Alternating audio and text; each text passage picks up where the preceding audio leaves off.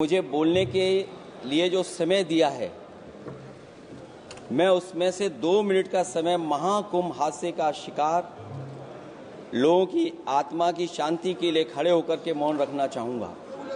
अगर किसी अन्य को भी सच्चे मन से मृतकों के प्रति सच्चा भाव है तो वो भी हमारे सांसदों के साथ खड़ा होकर के ये मौन श्रद्धांजलि अर्पित कर सकता ये है। माननीय सदस्य अध्यक्ष महोदय, अगली लाइन अध्यक्ष महोदय, ये विषय अध्यक्ष महोदय, आप सीनियर लीडर हैं। अध्यक्ष महोदय, ये अधिकार आपका है। कभी नहीं रही।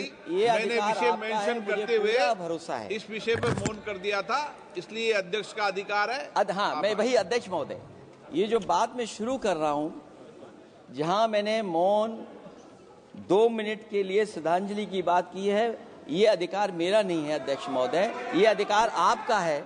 मुझे पूरा भरोसा है आप पर कि जब अभिभाषण की चर्चा खत्म हो रही होगी उस समय 2 मिनट का मौन श्रद्धांजलि जरूर दी जाए जो श्रद्धालुओं की जान गई है। नहीं अध्यक्ष महोदय, नहीं अभी 1 मिनट आप लोग कुछ मत बोलो। नहीं कुछ नहीं। अध्यक्ष महोदय, अभी तो अध्यक्ष महोदय मैंने बात शुरू नहीं की है, और जिन लोगों को तकलीफ है और जिनको दुख होना चाहिए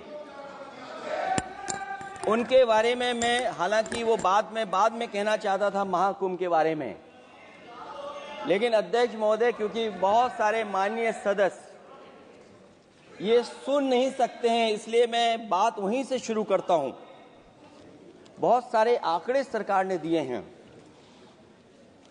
आंकड़े देने से पहले महाकुंभ में मरने वालों के आंकड़े भी दे दें। महाकुंभ की व्यवस्था के बारे में स्पष्टीकरण देने के लिए मेरी मांग है अध्यक्ष महोदय, सर्वदलीय बैठक बुलाई जानी चाहिए। महाकुंभ आपदा प्रबंधन व खोया पाया केंद्र की जिम्मेदारी सेना को दी जाए। महाकुंभ हादसे के शिकार लोगों की मृत्यु, घायलों का इलाज, दवाइयों, डॉक्टर, भोजन पानी, परिवहन की उपलब्धता का आंकड़ा संसद में पेश किया जाए। महाकुंभ हादसे के लिए जिम्मेदार लोगों पर, महाकुंभ हादसे के लिए जिम्मेदार लोगों पर घोर दंडात्मक कार्रवाई हो। जिन्होंने सच छिपाया है उनको दंडित किया जाए। अध्यक्ष महोदय, हम डबल इंजन की सरकार से पूछते हैं, अगर अपराध बोध नहीं था तो आंकड़े दबाए, छिपाए और मिटाए क्यों गए हैं? सच छिपाना और मिटाना भी तो अपराध है। इसका दंड कौन भुगतेगा अध्यक्ष महोदय? जहां इंतजाम होना चाहिए था वहां प्रचार हो रहा था। एक धार्मिक समागम में डबल इंजन का राजनीतिक प्रचार अशोभनीय है, निंदनीय है। इतने बड़े हादसे के बाद कम से कम अब तो वो होर्डिंग उतरवा देना चाहिए। अध्यक्ष महोदय, महाकुंभ की जो तैयारी हुई, जो हम लोगों ने जाना वहां पर, महाकुंभ न केवल 144 साल के लिए ये कहा गया, बल्कि ये भी कहा गया कि पहली बार धरती पर इस तरह का डिजिटल और जो आधुनिक चीजें हैं, टेक्नोलॉजी, उसका इस्तेमाल कर करके महाकुंभ होने जा रहा है। सीसीटीवी, ड्रोन, लाइव स्ट्रीमिंग के आधार पर जिनका दावा था कि वो डिजिटल कुंभ करा रहे हैं, वो मृतकों की डिजिट नहीं दे पा रहे हैं। एक तरफ तो जो लोग डिजिटल डिजिटल डिजिटल अध्यक्ष महोदय कहने को थकते नहीं हैं, लेकिन जब कुंभ में इतना बड़ा हादसा हो गया है तो यही सरकार डिजिट नहीं दे पा रही है। हमारे अपने लोग मारे गए हैं, जिसमें परिवार का हर रिश्ता दिवंगत हुआ है। किसी की माता, किसी के पिता, किसी की बहू, किसी की बेटी, किसी का भाई बहन, चाचा चाची, बच्चों के आंकड़े तो अभी तक नदारद हैं। खोया पाया केंद्र ही लोगों को तो नहीं मिल रहा है, जो खोया पाया केंद्र था उसको भी लोग पा नहीं पा रहे, ढूंढ नहीं पा रहे। अध्यक्ष महोदय, कुंभ कोई पहली बार नहीं हो रहा है। कुंभ का आयोजन सदियों से होता आया है।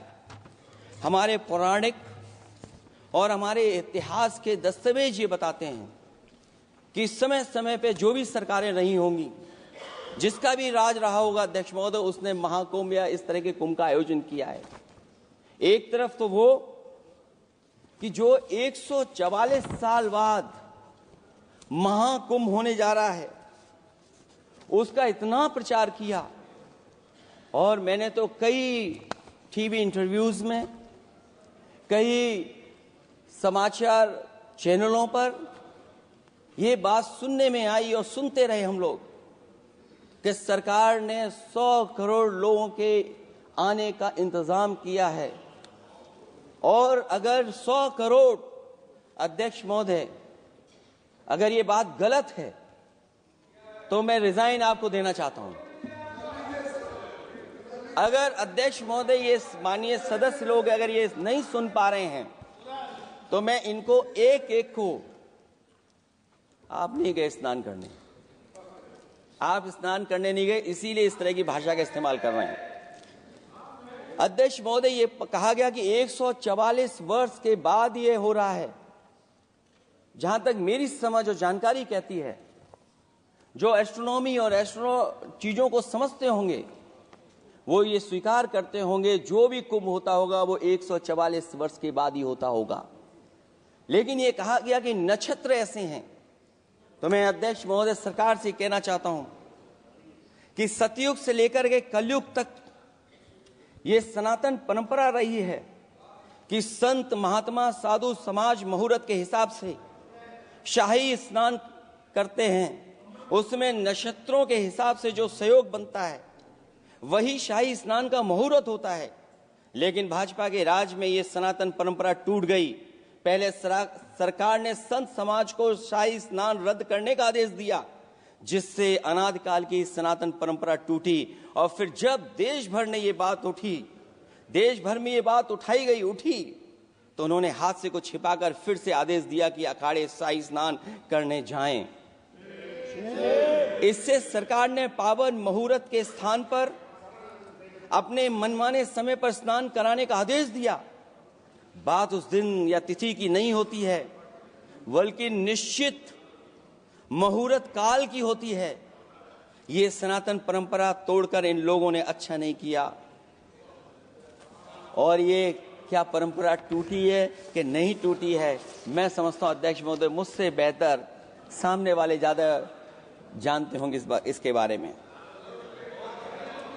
और जो लोग, अध्यक्ष महोदय, जो हम लोगों ने देखा वहां पर लोग पुण्य कमाने आए थे और अपनों के शव लेकर के गए हैं।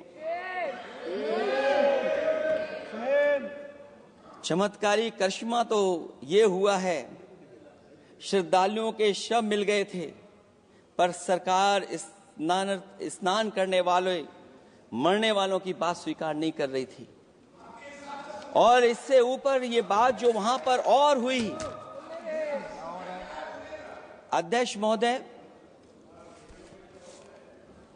जब ये जानकारी हो गई कि कुछ लोगों की जान चली गई, लाशें हैं जो मोर्चरी में पड़ी हैं, अस्पताल में पड़ी हैं, उसके बाद सोचिए सरकार क्या कर रही है।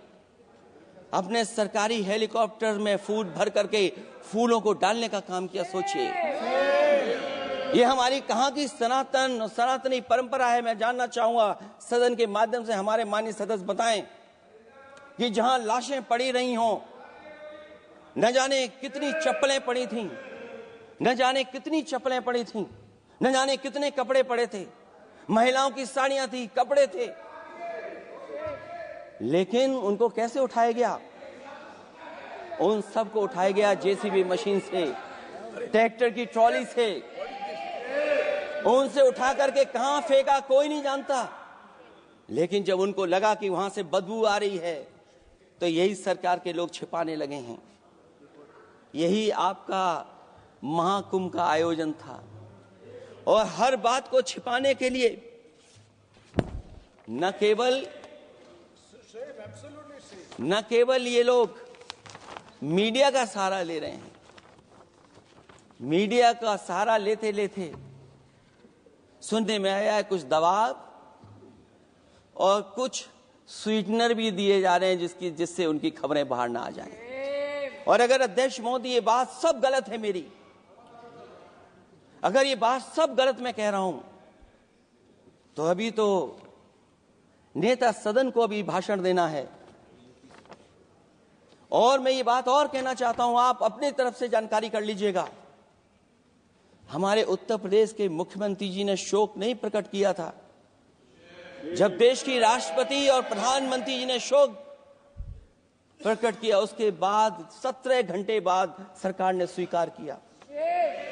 अध्यक्ष मोदी, ये वो लोग हैं जो आज भी कोई सच्चाई स्वीकार नहीं कर सकते।